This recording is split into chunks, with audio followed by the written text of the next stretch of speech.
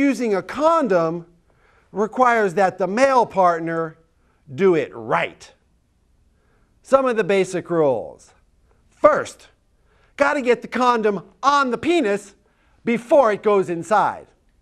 You'd be surprised how many people forget this detail in the heat of the moment, shall we say. A condom in your pocket or in your purse doesn't protect anybody from anything. 2, after the male has ejaculated and his erect member begins its return to flaccidity, what was once hard is now becoming soft. You got to get a grip on that condom and hold on tight as you pull out. A condom left behind is like a condom not used. Let's get on and do drugs. Name some of the main ones. Let's do them. Tell me the main drugs. Reefer. Cocaine. LSD, crack. Heroin, PCP.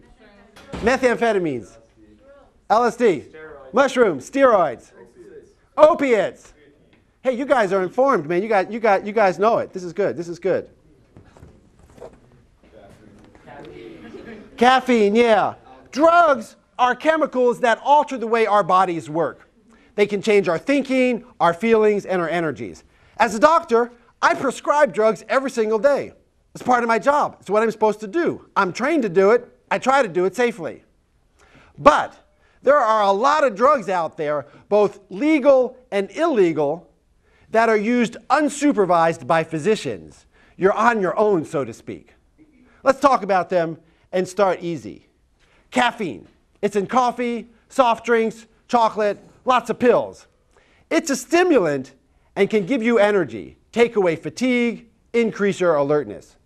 It can be a very strong drug if you never use it. If you use it frequently, it doesn't seem that strong. It's not an especially dangerous drug. If you overdose, you get some heart palpitations, loose bowels, feel a little speedy. Generally, you don't die from a caffeine overdose. It's not a highly addictive drug. If you run out, you miss it, you feel moody, headachy, low energy, but you don't go through a full-blown physical withdrawal. Alcohol. Uh-oh, trouble, trouble, trouble. Right here in Russian River City. That starts with T, that rhymes with B, and that stands for booze. Alcohol. Alcohol is a central nervous system depressant. It turns the brain off. A lot of people like that because we got inhibitions. If we can turn off our inhibitions, we can be funnier. We can be friendlier. We can lose our shyness, be more talkative. We could even, God forbid, sing and dance. Problem is, if you take too much, it also turns off the part of the brain that controls your balance and coordination. Makes you clumsy, hard to walk straight, certainly can't drive a car safely. You take even more, it turns off your alertness center and puts you to sleep. More makes you comatose, and it can turn off the part of the brain that instructs your body to breathe, causing you to die. Alcohol overdose happen in every town and city throughout America.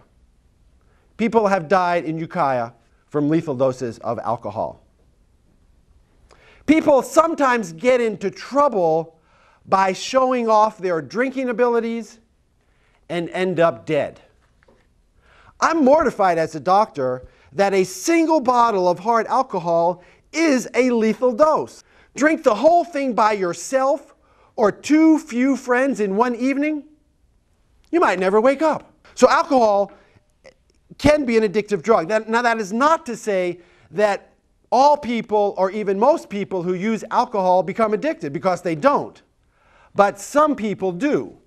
And what that means is by using alcohol on a daily basis or by frequently ingesting large amounts, the body comes to expect alcohol to always be there. When the alcoholic runs out and can't get it, the body misses it, wonders where it is, and this can cause a full-blown physical withdrawal with total body breakdown, complete with extreme agitation, grand mal seizures, wild and frightening hallucinations, and in 10 to 15% of alcohol withdrawal symptoms, people die. Be careful with alcohol. Don't overdose. Don't drive. Don't get hooked. Tobacco products, cigarettes, chew. In my opinion, they are the worst of the entire list. Why? Because they are legally available, readily available, highly addictive, and pure poison. The tobacco industry promotes, advertises, encourages, induces young people to use this dastardly product. You ever go in the corner grocery and notice that the Joe Camel display is at the eye level of an 8-year-old? They do that on purpose. Most people who start out using tobacco products recreationally end up using it more and more because tobacco is so highly addictive. An average smoker will fire up 15 or 20 times a day. And the same thing happens. If you run out or decide you don't want to use it anymore, the body goes through a withdrawal and protests the absence of a chemical it is accustomed to having. Now, nicotine withdrawal is not physically dangerous the way alcohol withdrawal is. Nobody has seizures, nobody dies in nicotine withdrawal. But it is so fiercely psychologically addictive that it is very hard to stop. It takes an incredible amount of willpower and determination to overcome nicotine addiction.